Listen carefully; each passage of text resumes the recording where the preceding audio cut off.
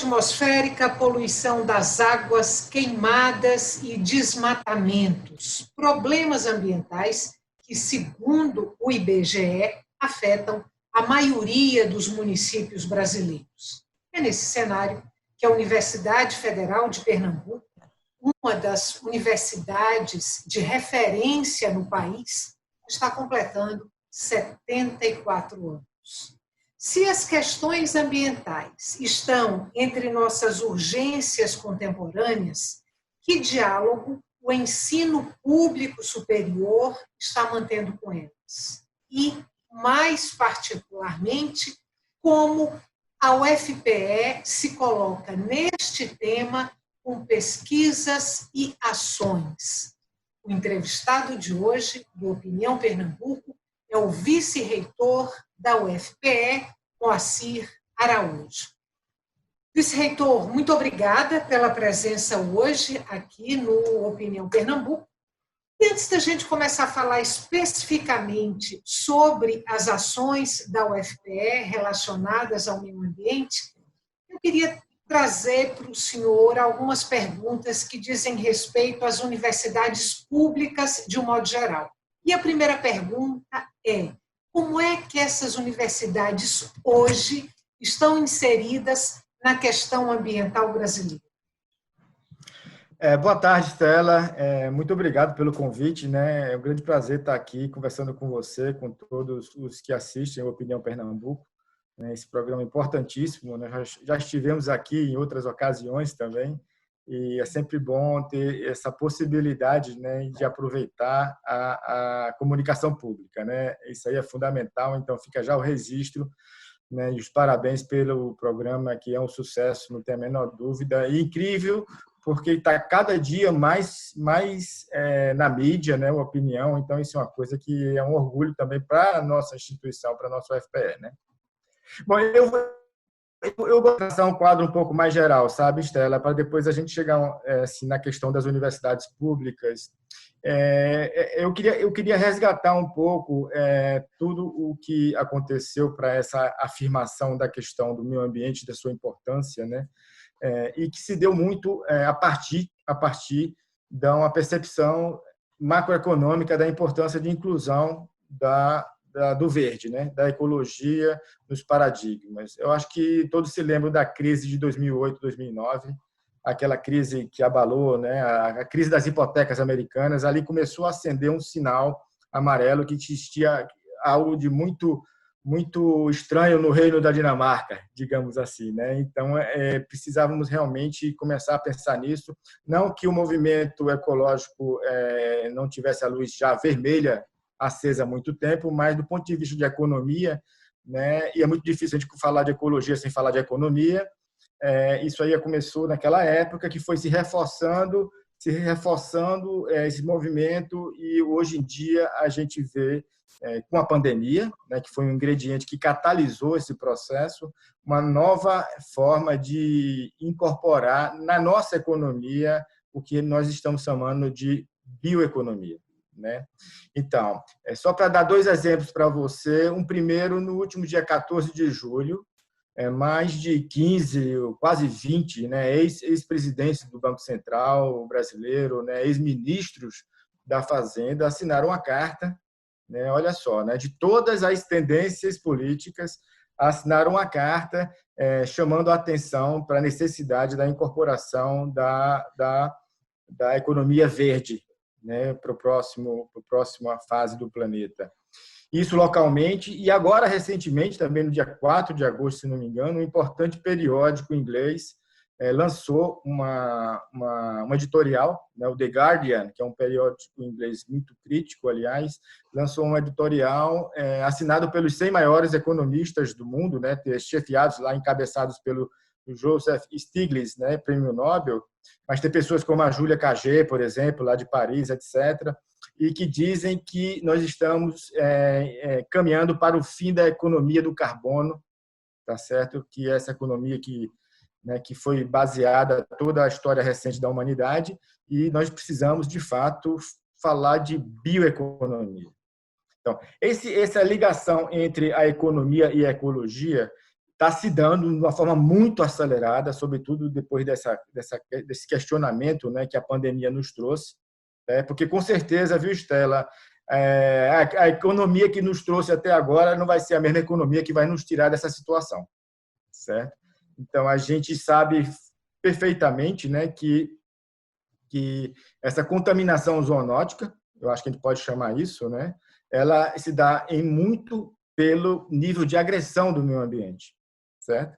Então, dois movimentos hoje em dia, aí eu vou chegar nas universidades públicas, dois movimentos muito importantes hoje em dia estão puxando, né, essa nova visão, né, planetária com relação ao meio ambiente. O primeiro é mais antigo, que é a Agenda 2030 da ONU, e os 17 Objetivos do Desenvolvimento Sustentável, que fazem exatamente a ligação entre economia e meio ambiente, tá certo? São 17 objetivos e ali está nitidamente, né, uma ligação muito forte de economia e meio ambiente. E também, mais recentemente, o que todos estão chamando, né, de novo Acordo Verde, o Green New Deal, né, que foi iniciativa de um grupo de parlamentares americanos, né, para fazer referência a essa necessidade de considerar a economia, a bioeconomia. Eu chamo de bioeconomia do conhecimento, né? Mas o termo correto é essa bioeconomia. Então, como é que as universidades públicas estão se enquadrando nesse aspecto, e a UFPE também, muito rapidamente, né? Estão se enquadrando através de uma participação ativa, tá certo? E de uma contribuição ativa para a implementação dos 17 Objetivos do Desenvolvimento Sustentável. Existe uma iniciativa, né, que se chama Iniciativa Acadêmica da Organização das Nações Unidas, que reconhece, através dessa iniciativa, você ganha um certificado, né, um label, né, digamos assim, uma certificação de que você é uma instituição que contribui para isso, né? E nós ficamos muito contentes porque agora, recentemente, pouco antes da pandemia, nós fomos reconhecidos pela ONU, a UFPE. Em que momento, aí insisto, nas universidades públicas brasileiras, essa questão ambiental ganhou um status político? Ou seja, não é um problema só da academia, não é o problema ambiental não pode ser dissociado de uma discussão maior. Então, esse status de discussão política, de interesse político, ele chega no meio acadêmico em que momento aí, nessa trajetória das universidades? Eu acho que, assim, do ponto de vista acadêmico, ele sempre esteve na pauta, né? Não tenho a menor dúvida, mas esse salto, digamos, né, lateral, para cima, enfim, esse novo patamar que veio com a questão política, a minha percepção, sabe, Estela, é que isso veio muito associado a essa questão das mudanças do clima, tá? Então, eu acho que a pauta, né, das mudanças climáticas trouxe a necessidade de se incorporar, tá certo, na pauta política o meio ambiente. Eu acho que isso aí foi uma espécie de fio condutor, né, que chamou a atenção e que fez com que... Por que isso? Aí eu sou obrigado a voltar para a economia novamente. Porque simplesmente, né, uma carne que é produzida na Amazônia, se for numa área de queimada, né, ela tem um rótulozinho lá e ela vale muito menos do que uma carne, digamos, que é produzida num ambiente sem ser oriundo de uma devastação ambiental. Então, isso, a partir daí, né, houve um salto, né, político, né, com relação a essa questão do meio ambiente. Para a gente fechar esse bloco, eu vou trazer uma última pergunta também, mais aberta, mais genérica, para depois a gente entrar nas questões específicas da UFPE. A pergunta é, como é que essas ações das universidades públicas, ações e pesquisas, ou ações que derivam de pesquisas, como é que elas podem impactar, por exemplo, políticas mais eficientes para evitar crimes ambientais?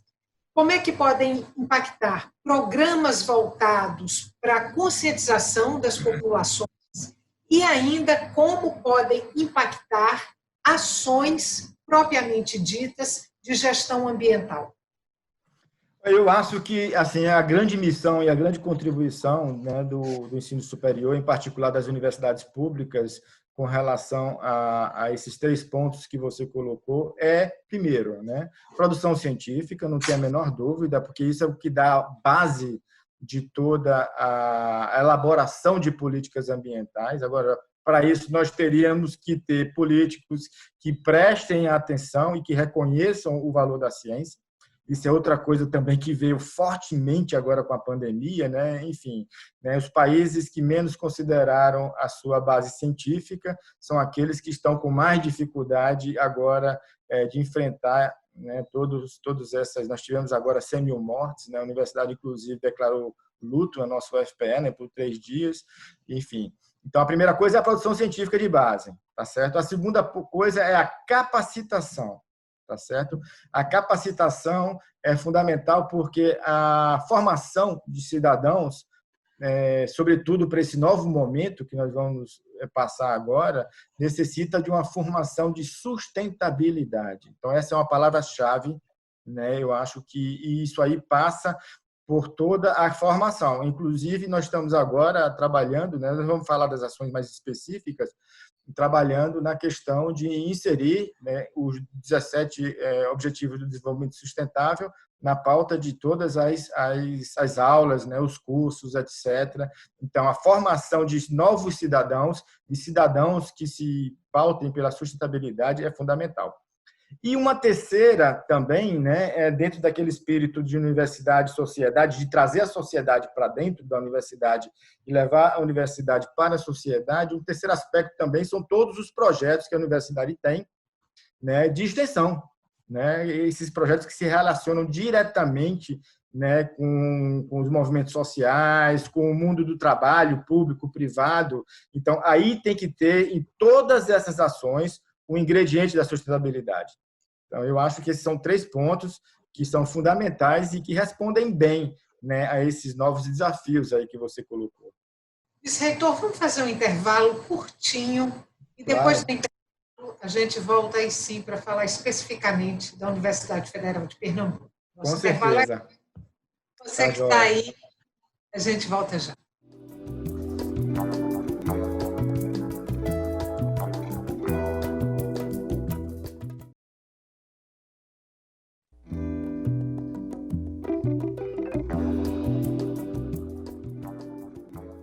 Estamos de volta para o segundo e último bloco do Opinião Pernambuco. O tema de hoje do nosso programa é Universidade Federal de Pernambuco e Meio Ambiente. O nosso entrevistado é o vice-reitor da UFPE, Moacir Araújo.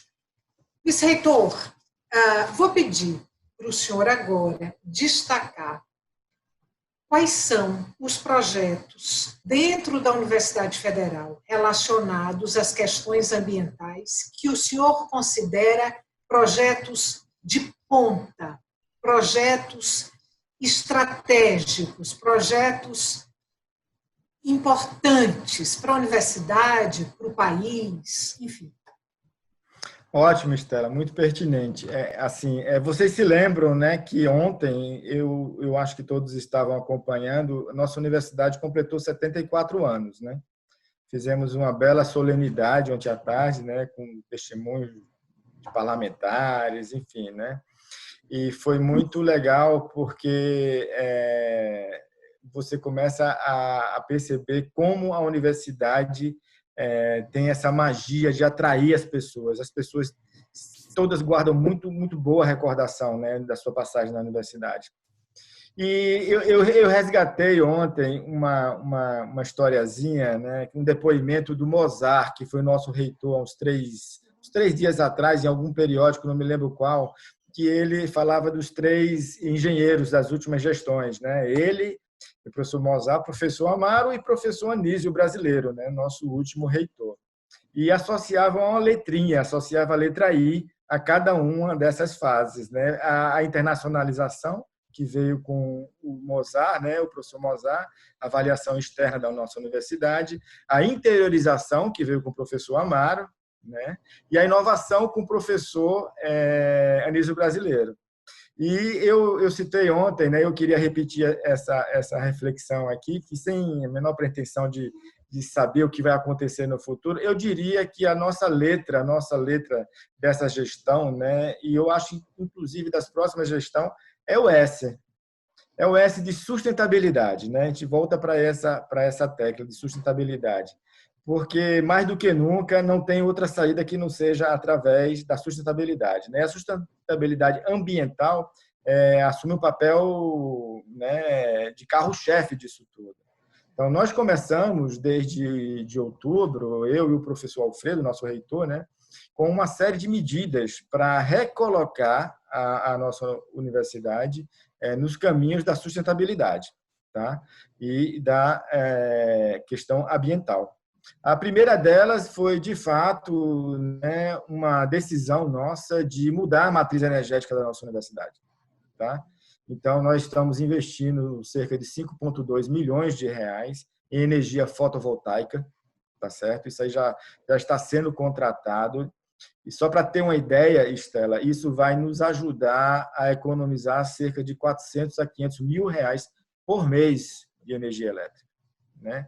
Além de ser uma energia limpa, renovável, ela vai aportar recursos financeiros que poderão ser utilizados em outras iniciativas, né? Então, esse seria um primeiro projeto que eu destacaria, e a nossa ideia é que, de fato, daqui até o final da gestão, a gente possa expandir isso, tá certo? O mais fortemente possível, tá?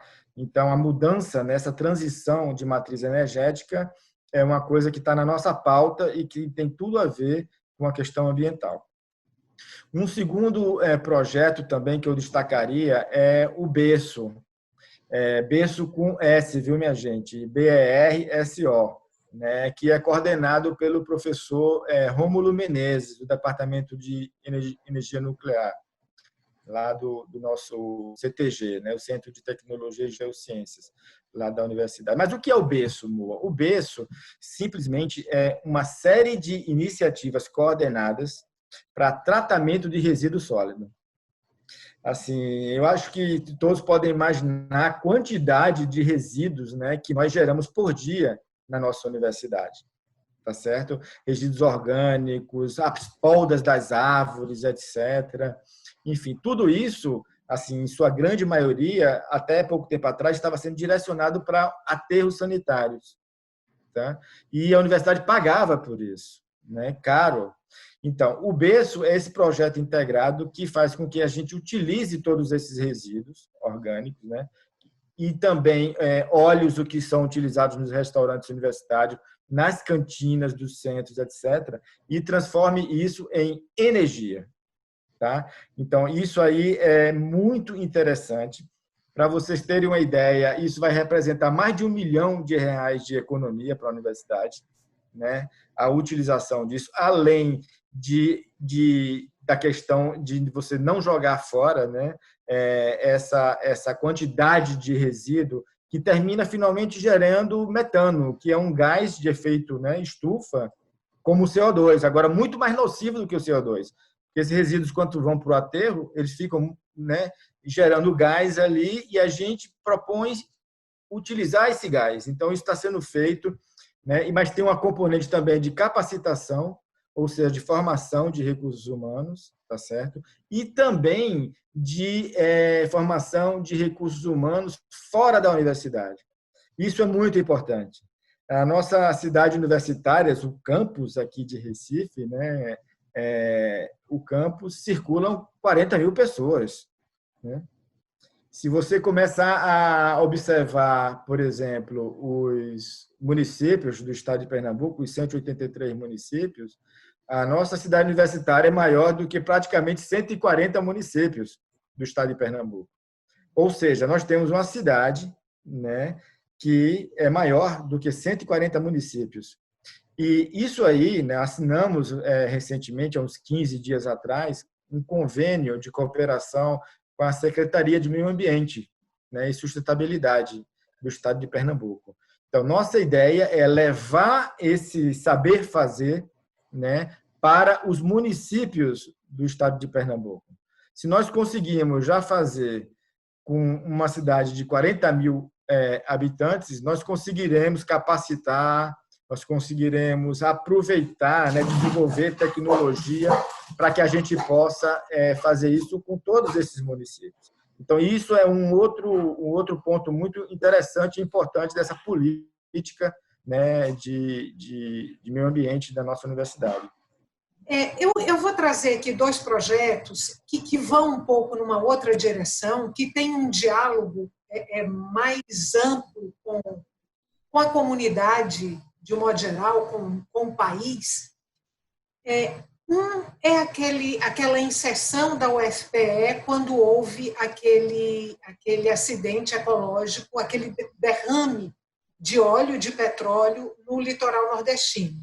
Aí vocês desenvolveram um projeto para investigar os danos ambientais provocados por aquele acidente. A minha primeira pergunta é se esse trabalho precisou ser interrompido por conta da pandemia, se continua em curso e quais as respostas obtidas até agora pelos pesquisadores da universidade. Estela, olha só, aquele acidente, né, lamentável lá no ano passado, né, ele de fato gerou uma reação imediata de todas as universidades e como não poderia ser diferente da nossa Universidade Federal de Pernambuco. Eu me sinto muito confortável, inclusive, de falar sobre isso, porque eu sou do Departamento de Oceanografia, né? Eu sou professor lá do Departamento de Oceanografia. E, assim, apesar de toda a pandemia, o trabalho que foi desenvolvido, né, inclusive com a elaboração e com a montagem de um comitê que se chama SOS Mar da nossa universidade, né, professor Cristiano, professor Gilberto, professora Simone, continua muito ativo, tá certo? E, assim, só para você ter uma ideia, na semana passada nós tivemos porque não sei se vocês chegaram a ler na imprensa, no dia 18, 19, 20 de junho, houveram novas manchas que apareceram de óleo. Né? Isso aí foi noticiado e isso gerou um webinário organizado pela Marinha do Brasil, né? O comandante da Marinha, o almirante Wilkes, junto com o almirante Olsen também, né? E toda a comunidade científica foi convocada para conversar sobre isso, etc. E a Universidade Federal de Pernambuco se fez muito bem representar nessa ocasião. Por quê? Porque, na verdade, um dos pontos principais, um dos focos principais de todas as ações, né, foi a UFPE. Tá? A UFPE, junto com a Academia Brasileira de Ciência, nós trouxemos uma reunião que entrou para a história aqui, no auge daquela crise, uma reunião que aconteceu aqui em Recife e que foi o estopim para a organização de todas as ações ordenadas e coordenadas em todo o Nordeste. Tá certo? Então, isso aí continua e não tem a menor dúvida que é uma iniciativa que a gente não pode deixar de lado e aqui a gente tem que ficar na vigilância, não tem a menor dúvida. Tenho 3 minutos ainda para o programa. 2 coisinhas para o senhor falar rapidamente sobre elas. Um é o projeto Mefisto, que é um projeto da sua área, né, da oceanografia, e é um projeto na Antártica. Eu queria que o senhor falasse, e é parceria, né, pesquisadores da Universidade Federal de Pernambuco com a Universidade Federal da Bahia, se eu não estiver enganada. Isso. Eu queria que você falasse rapidamente sobre esse projeto, porque é a última pergunta. Tá, joia. Bom, o projeto Mefisto, né, o Brasil possui um programa antártico, que é o ProAntar, né? E o projeto Mefisto foi uma proposta aprovada no edital de 2018, tá certo? É a primeira vez que uma universidade do Nordeste, 2, na verdade, o UFPE e o UFBA, né? O professor Jailson Bittencourt, o vice-coordenador, eu coordeno aqui pelo UFPE, e o professor Jailson, lá da Federal da Bahia, também é o vice-coordenador. É a primeira vez que a Universidade do Nordeste coordena um projeto na Antártica. Tá? Então, é um projeto interessantíssimo que está chamando uma atenção enorme de todo mundo. Nós tivemos uma primeira viagem à Antártica, né, com pesquisadores do Nordeste, não só do Nordeste, mas porque nós temos outras universidades, inclusive de fora do Brasil, participando, mas está sendo uma experiência riquíssima, né, e que está dando uma visibilidade, né, e mostrando que as universidades do Nordeste conseguem trabalhar bem, muito bem, né, muitos elogios, num ambiente tão adverso, né? Nosso símbolo é um pinguim, né? Um pinguim cangaceiro, na verdade, sabe? É muito interessante. Eu estava acompanhando uma entrevista sua, e essa é a última pergunta, porque está no finalzinho mesmo do programa, uma entrevista sua exatamente sobre esse projeto desenvolvido lá na Antártida. Nessa entrevista, o senhor diz o seguinte, abre aspas, poluição por plástico é um dos grandes problemas que a gente vai enfrentar nas próximas décadas no oceano, fecha aspas, e eu lhe pergunto qual o tamanho desse problema hoje e se a UFPE já está inserida aí nesse problema específico. O problema é grande, é muito grande, né? E, de fato, né, todos os plásticos que nós utilizamos, nós jogamos muitas vezes em locais que não são apropriados. Isso termina sendo levado para os oceanos, né, através dos rios, dos estuários. Isso é um problema mundial, tá? Um problema seríssimo, porque esse plástico, na verdade, entra na cadeia alimentar e daqui a pouco, né, nós estamos comendo plástico. Peixe com plástico, né? Só para ter uma ideia, em 2080, a perspectiva é que exista mais plástico no oceano do que peixe, em peixe seco. Só para ter uma ideia, né? Então, é um problema seríssimo. Nós estamos profundamente e seriosamente inseridos em várias iniciativas. O Mefisto é uma delas, porque nós analisamos o plástico, né, que é transportado da bacia do Pacífico para a bacia do Atlântico, além do plástico na Antártica. Mas nós estamos também participando de um projeto que se chama Microplastics, por exemplo, né, com várias universidades da Europa e dos Estados Unidos, né, e trabalhando sobre essa questão dos plásticos. Então, a Universidade Federal de Pernambuco saiu também na frente, né, não tem a menor dúvida, e são várias iniciativas nacionais, tá certo? Nós temos um grupo muito forte no Departamento de Oceanografia, que é coordenado pela professora Mônica Costa, uma das pioneiras a estudar o assunto aqui no país, e, enfim, né, nós estamos muito bem também nesse aspecto, e é um problema muito sério. Vice-reitor, muito obrigada. Numa outra oportunidade, a gente vai falar sobre o navio que está chegando aí para as pesquisas, né, no mar, chegando para a Universidade Federal de Pernambuco administrar essa experiência, mas vai ficar para uma próxima entrevista. Nosso tempo hoje acabou. Muito obrigada pela entrevista mais uma vez. Muito obrigado, Estela. É um grande prazer estar aqui. E, por favor, né, sempre que vocês acharem necessário um esclarecimento maior, eu estou totalmente à disposição. Né? E acho que vocês perceberam, né, que é um assunto que eu gosto muito de falar, de conversar, e as iniciativas são muitas também. Tá joia? A partir do próximo ano, muito provavelmente, nós vamos abolir o plástico na Universidade Federal de Pernambuco. Tudo que é plástico descartável será abolido na Universidade Federal de Pernambuco. Muito obrigado, viu, a todos aí. Obrigado, Estela. Obrigado a todos que nos assistem. Um grande prazer estar aqui hoje com vocês.